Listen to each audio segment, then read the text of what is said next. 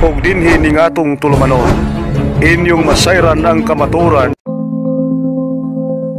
kay sa kamaturan.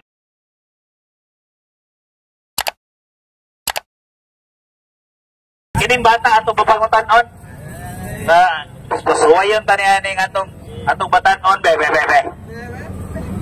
So ganiha ra man na sige ingon sir siya didis na ang mga larawan mga Diyos karon atong pangutan-on kana bang imong tato dira Diyos ta or dili?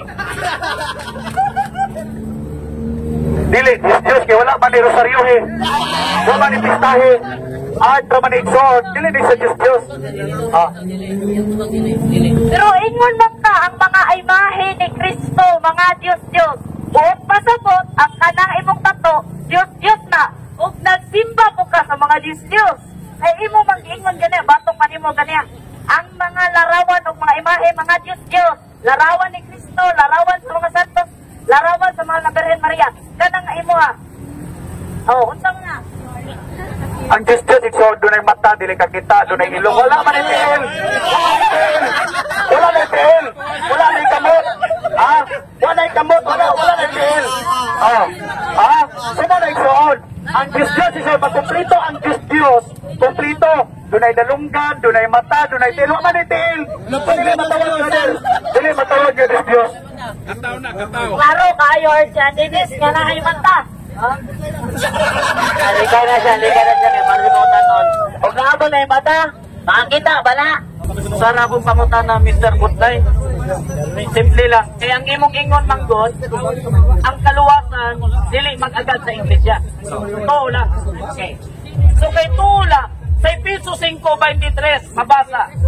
Si Kristo mao ang ulo sa iyang Iglesia, ug ang Iglesia mao ang iyang lawas, ug siya ang manluluwas sa iyang Iglesia. Kung saan man maluwas, kanang anak ka sa Iglesia, umutuo lang ka. Sumala sa Efeso 5:23. Diba? Okay. Ang Efeso 5:23 doon, si Kristo ang manluluwas sa simbahan. Kung pasabot, simbahan, Iglesia, dilibinding. Dilibinding. Doon ang kaklase ng kwan. Brother Butlay, wala man na mahayag si Jesus ang Iglesia building. Daw may nanudlong ang Iglesia building. Ang iyang pangutan na, sa to? Sumala diri sa Efeso 5:23. Kung saan man pagkaluwas, anang anaa ka sa simbahan o mutuo lang ka? Punta na, sumala sa Efeso 5:23, ang luwas sa ba ni Kristo katong naa sa Iglesia o katong wala, na mutuo lang? Simbahan nga Kristo na nariban din wala Iglesia. Wako mangutan ng unsang Iglesia ang mabasa niya.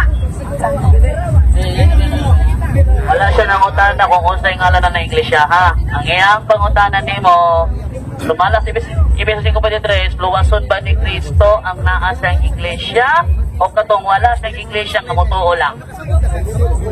Katong Iglesia nga gisgutan mo kay luwason. Pero kanang Iglesia brother katawa na kita na dili ta mo claim nga kamo na kay wampoy mabasa sa Iglesia Katolika, di ba? So dili pagwala. So sunod na pong pangutana, sumala sa Efeso 5:23. Dili lang gid mo to, kinahanglan gid mo pasakop sa Iglesia. Wala kay mabasa nga pagpasakop.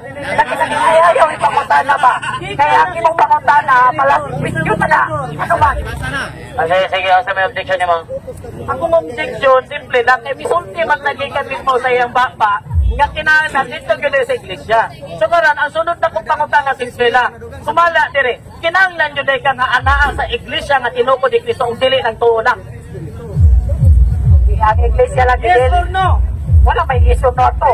Wala na din. Nanay, to ako no sige. Sumala dire sa Efeso 5:23, miingon ka nga uyon ka nga na Iglesia nga gipasakupan nga mo'y iyang luwason. So uyon ba ka? Yes or no? Nga kinahanglan yun ay magpasakop sa Iglesia aron maluwas o dili lamang sa tuo lang? Yes or no? Kana, klaro kayo ka yes or no? Ang tubag, yes! Sabi niya, ayaw tayo sa wapagrinaw. Butlay. Sabi mo kanina, Butlay, hindi makapagliligtas ang relihiyon. Tama? Ngayon tama. Sabi sa Greek word ng salitang relihiyon ay triskia at ibig sabihin ay pagsamba. Tanong, 3:15 ng unang Pedro, utos sumamba kay Kristo at ang kahulugan ng pagsamba ay triskia o relihiyon. Tinatanggap mo ba na ang relihiyon makapagliligtas dahil ang ibig sabihin sa Greek nun ay pagsamba? Tinatanggap mo, hindi? Okay, tinatanggap po, brother. Makinig ka muna, okay. Makinig ka muna, bro. Sa 1 Peter chapter 3 verse 15, walang Kristo doon. Mali yung tanong mo. Magtanong ka ng tama para masagot ng tama. Kaya tanongin mo ng tama, kapatid. Alam ko yung versikulo mo. Sabi mo kanina, wala daw Kristo sa 3:15 ng unang Pedro. Ito, sasampal ko sa iyo. Sabi sa 3:15 ng unang Pedro, ito ha, wala daw Kristo. Tingnan mo, ito, babasahin. Tuturuan, nasa unang Pedro, hindi ko mabasa. Ayan. Sabi sa unang Pedro 3:15, itong sabi, ito, babasahin ko. Ako babasa. Ako rin babasa. Basahin mo. Ayan. Ayan. Basahin mo. Wala kang Kristo. Wala kang Kristo. Pagsamba kay Kristo, ha? Wala bang Kristo? Ikaw, walang Kristo dyan sa 3:15. Basahin, pagsamba. Ikaw, magkakawala yung Kristo sa 3:15. Ito, sagot kapatid. Basahin mo. Basahin mo. Sagot ko nga kapatid. Ang tanong mo ay pagsamba. Basahin mo. Anong yung mga pagsamba kay Kristo? Pagsamba kay Kristo. Kundi yung sambahin si Kristo. Pakinggan mo na, kapatid. Wala ngang mabawasan natin. Ibasa na galit. Ang pasabot brother, reliyon pero wala specific. Ang reliyon mga kaigsunan dili Romano, Pagano, Katoliko. Reliyon. Unsa may pasabot nga reliyon mga kaigsunan? Katekismo, katibukan. Di ba na to ha? Kita ha? Mga Pilipino ta. Dapat igsuon ang atong reliyon, Pilipino, Katoliko, dili Romano, Katoliko. Okay, sabi mo kanina, hindi, kayo dalawa. Sabi mo kanina, hindi relihiyon ang Katoliko. Ngayon ang Katoliko, kada pumupunta sa simbahan, 46 ng gawa. Hindi mo alam yan. 27 ng gawa nagkakatipon at sumasamba. Ngayon, ano sa Greek ang salitang pagsamba? Alam mo o hindi mo alam? Hindi naman ako nag-study ng Greek. Kasi, Bisaya naman dito at saka mga Tagalog. Hindi na kailangan kasi ako ay isang alagad ng Diyos doon sa mga Bisaya. Doon sa mga Cebuano at sa mga Tagalog dito lang sa Pilipinas. So hindi ko na kailangan mag-study pa ng Greek kasi nakapokus lang ako, nakatuon lang ako mga kapatid dito sa mga Pilipino. Okay? So, ug inyo lang nabati ang mga kamatuoran dinhi ning atong tulumanon kay usay kamatuoran. Ako lang hinaot nga daghang kamog lakatunan. Daghang salamat.